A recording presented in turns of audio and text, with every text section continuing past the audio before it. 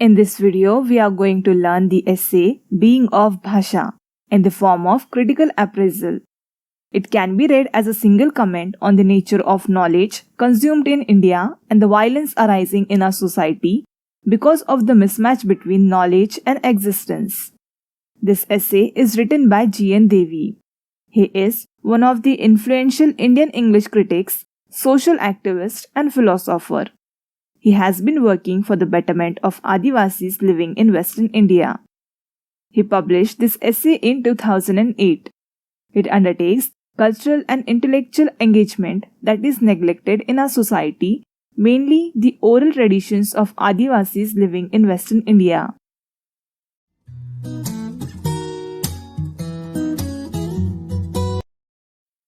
Now about the essay.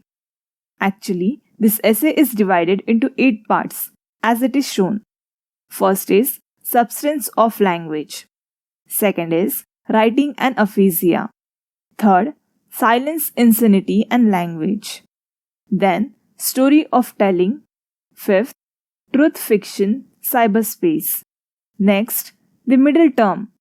Then, faulty ideology, creativity. And the last is knowledge and freedom. So, without further ado, let's jump into these 8 parts. In the first part named Substance of Language, GN Devy takes us deep within India's oral literature in Adivasi languages. Means earlier, GN Devy had studied the languages for which no script exists. Now here, he argues that no scholarship in the field of Indian literature or literary aesthetics would ever be complete unless the distinctive features of Adivasi literary traditions were taken into consideration. On the one hand, we see literary critics like Ejaz Ahmad pleading for translation of Indian literature and comparative study of Indian literature in regional languages in order to label it as Indian literature. But he neglects or have forgotten oral traditions that are rich in India. However, GN Devy for the first time includes oral traditions of Western India in Indian literature and requests for the study of the same. GN Devy's studies of languages and literature of India's Adivasis initially depends on the existing framework of folklore studies and anthropology. Means at first, he undertakes the study of traditional beliefs, customs, and stories of community passed through generation through mouth. And then he also studies the societies and customs in which this tradition developed.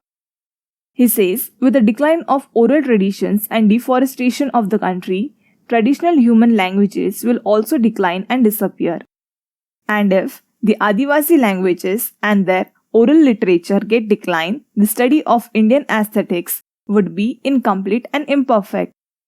Therefore, he says it is essential to compare the known sources of literary theory in India with the samples of literary creativity in Adivasi languages. So, what is Indian literary aesthetics? Indian literary aesthetics ranges from the ancient Prakrit and Sanskrit, medieval, Persian and Arabic, the Bhashas and English, to yet unscripted languages of Adivasis and the core languages of the nomadic communities. Now the term literary in Indian literary traditions include written as well as oral form of language, and the written and oral forms are one. So one cannot exist without the other. Then speech is primary domain of language and not script, because before invention of writing, we used to communicate through our speeches.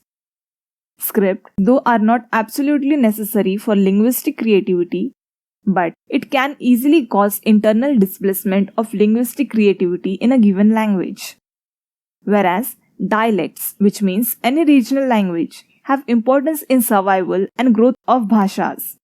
In many ways, this essay has been dependent on the dialects that mark their emergence. Then, GN Devy gives us the origin and clear sequence in the formation of language. He says, origin of language in the evolution of the human civilization is a secret. Some believe that language is a social institution. So, GN Devy raises a number of questions regarding the existence of universe and attendant sounds.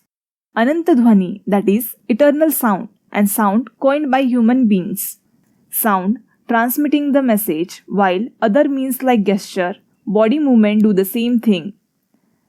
Then he goes on to ask whether meaning exists prior to language, or why breath is used to transmit meaning while human eye and gesture do the same.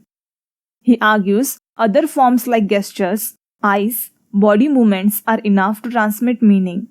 Still, why only sound is cultivated? He says there is a well established view that culture has no other expression than language, means the culture and language are one and the same. It is also maintained that language would be impossible without language. A similar view is also held as far as meaning is concerned.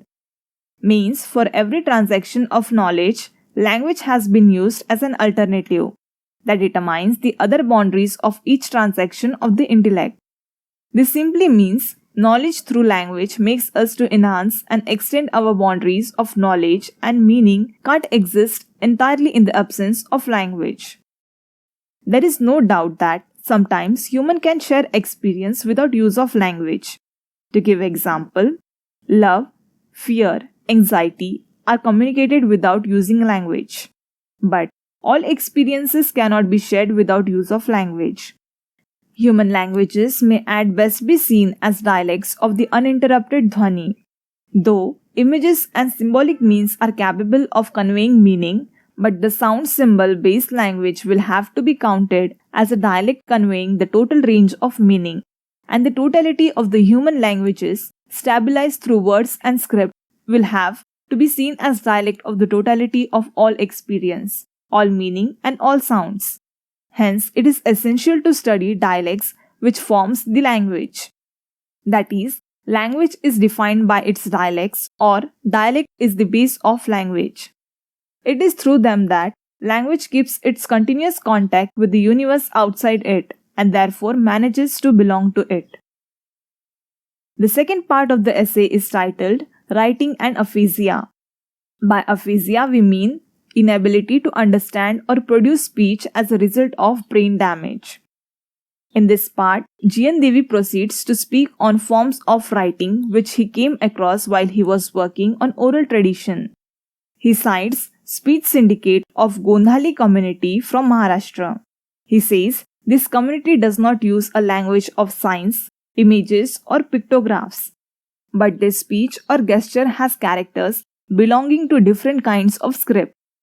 Then he stresses on writing by saying, there are other many forms of writing in our society, like practices of carving on ships and boats in Lakshadweep, painting on walls in Rathwa tribals in Gujarat.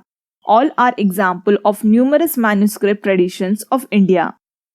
Despite this, the written form of language does not exist in some part of India's Adivasi and tribal communities. Their paintings, carvings, etc. also have the same ability in communicating meanings as the language. So it is essential to study these unknown languages. Now tracing India's literary past, GN Devy says most of the linguistic creativity has been in the oral tradition. Though people knew writing, it was not used as means of educating the next generation in remembering this composition. Most of the literature and knowledge were handed down not through writing but through speech and oral media.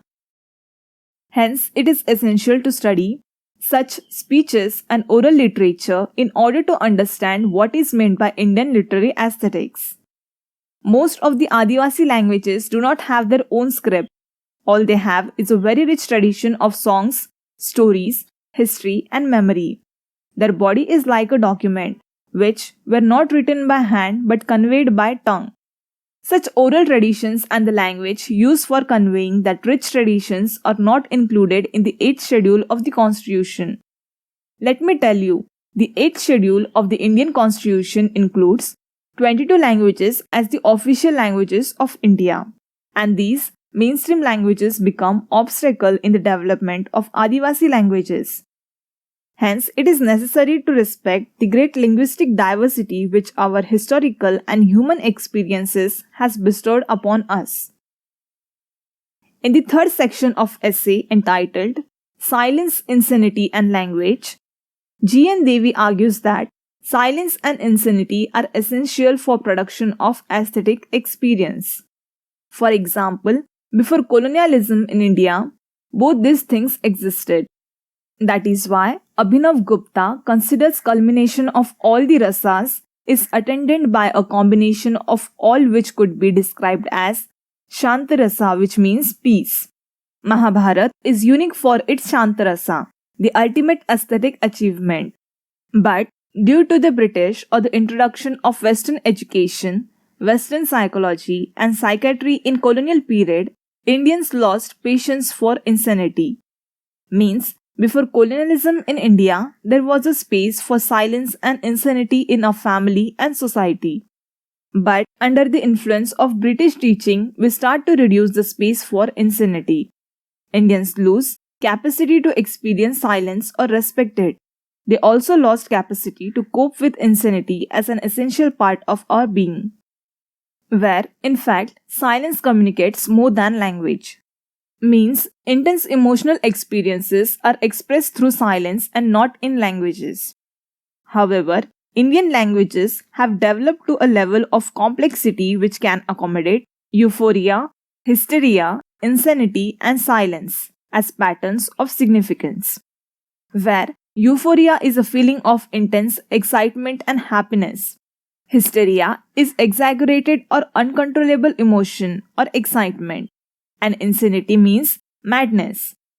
So, GN Devy says the interiors of the bhashas that were there in the past by silences and abnormalities are declining with the speed. In the next part of Story of Telling, GN Devy proceeds to discuss the birth of storytelling and fiction and evolution of script. He says, languages enable us to understand the world external to us. Languages allow human consciousness to come to terms with the world. Means, the human consciousness come to terms with space and time with the help of the two mental capacities. First is memory and the second is imagination. Memory allows us to come to terms with time, whereas imagination allows us to come to terms with space. Memory helps to interrupt images and imagination helps us to negotiate the human defeat at the hand of space. Thus, space is controlled by imagination and time by memory. Therefore, language, memory, and imagination come together and allow the consciousness to function so that it can create a fantasy of the world. And this is the beginning of fiction. However, only writing a fiction is not enough. More factor is essential for fiction to emerge and to be told. GN Devy says, humans have a sense of otherness, which is unique to every human being. This makes him or her to differ oneself from the other. Then, human mind needs to tell the story to other, and this otherness is fourth element in the composition of fiction. The first three as discussed are memory, imagination, language create fiction, and the fourth, otherness forces to tell the story. We all know human mind recognizes the significance of otherness and the animal mind lacks this capacity. Thus, language, memory, imagination and otherness when come together allow human consciousness to function, to create fantasy of the world, and there lies the beginning of fiction. In the following part of Truth, Fiction and Cyberspace, GN Devy discusses and shows how truth, fiction, and cyberspace are important for the creation of fiction. As we learned earlier, human consciousness is capable for creating fantasy of the world. GN Devy says the physical world is a virtual representation of human consciousness. Means it is the human mind that constructs new dictionary of objects to describe their importance in the terms of images perceived.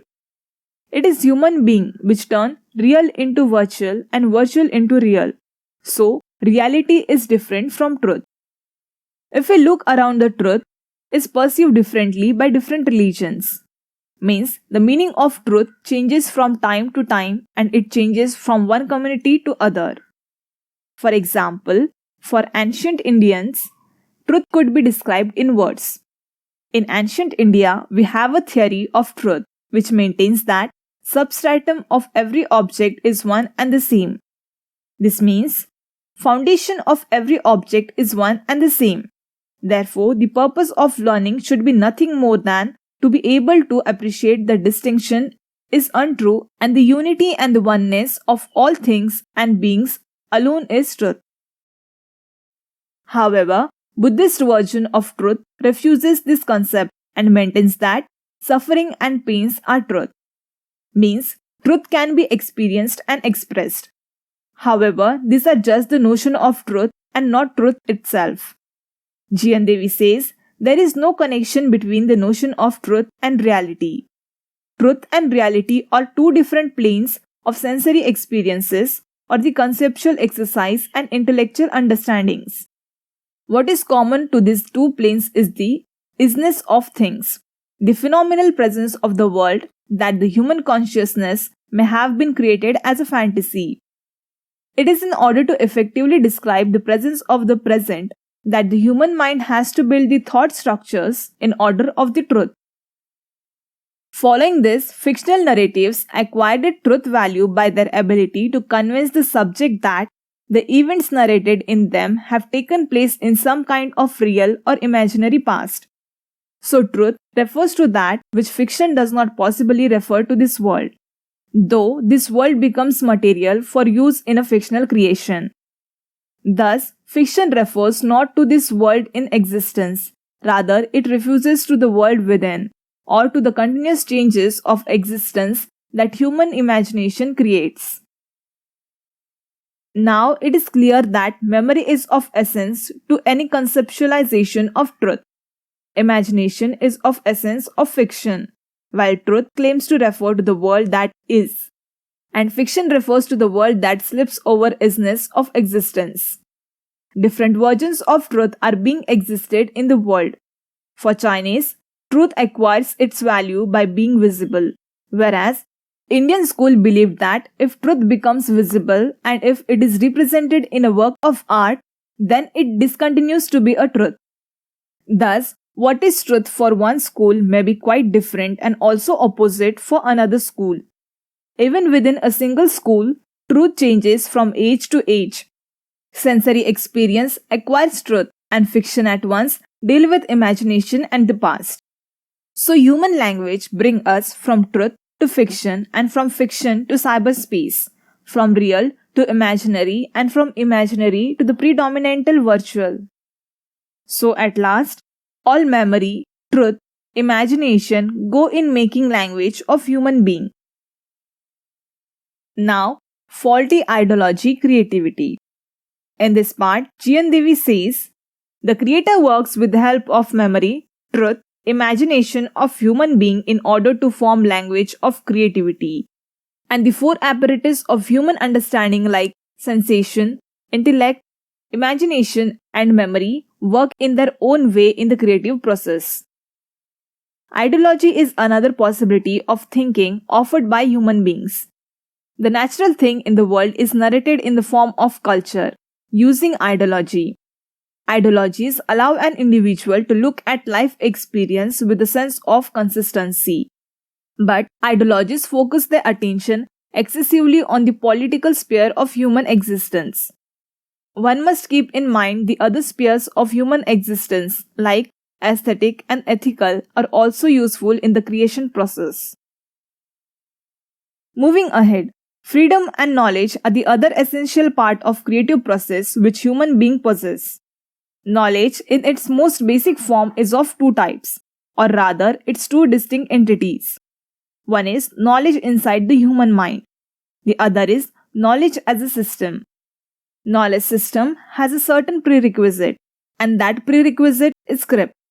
In order to carry the knowledge produced by one generation to the other, human beings have come to use documents committed to script.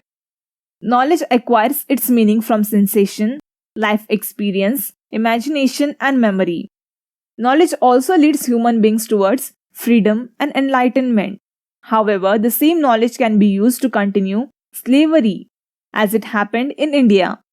Britishers came and made Indians their slave. In this way, knowledge can be used as a means of exploitation. So, it is better to pursue path of freedom instead of acquiring knowledge. GN Devy argues that it is freedom which brings knowledge to people and not the way around. The freedom suggested by GN Devy is not the freedom of moksha or freedom of scientific progress. It is freedom of experiencing reality. Concluding, GN Devy appeals the scholar to undertake cultural and intellectual engagement that are being ignored. He has studied various factors which are responsible for the creative process. GN Devy is cultural hero who represents very important and useful information about the formation of culture and language, both useful for the creative process. Therefore, at last he says, every scholar must come forward to undertake the oral tradition of Indian literary aesthetics. So that's it for this video. See you next time. If you like my video and wish to support me, then please like, share and subscribe. Thank you.